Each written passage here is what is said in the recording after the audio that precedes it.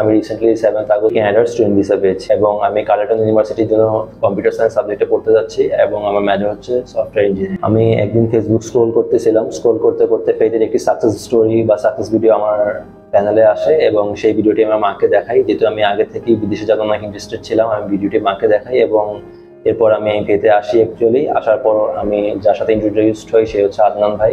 আদনান ভাই আমাকে বিভিন্ন দেশ সম্পর্ক থেকে শুরু করে বিভিন্ন সাবজেক্ট সম্পর্কে অনেক ধারণা দেয়।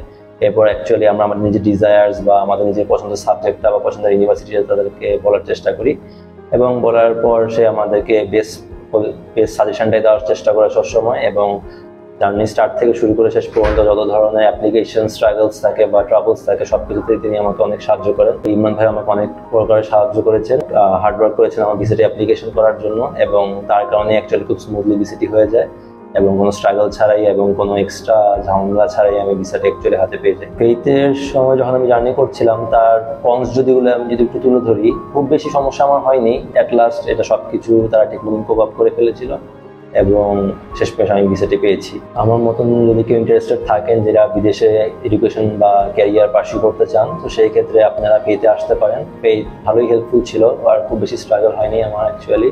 সো আপনারা ট্রাই করে দেখতে পারেন। I hope it will be better for every student actually who will come and apply for their abroad journey or education journey. I think Faith will be an absolutely good choice. At last আমি আমার ভিসাটি actually হালকা পাতলাভাবে show করতে যাচ্ছি এখানে যে আমি actually ভিসাটি সত্যি সত্যিই পেয়েছি এবং আমি আশা করবো সবাই আমার জন্য দোয়া করবে। আর ফেইথের জন্য আমার পক্ষ থেকে ফেইথকে সবসময় একটা অনেক বড় থ্যাংক ইউ, কারণ আমার জার্নিটা অনেক ইজি করে দেওয়ার জন্য।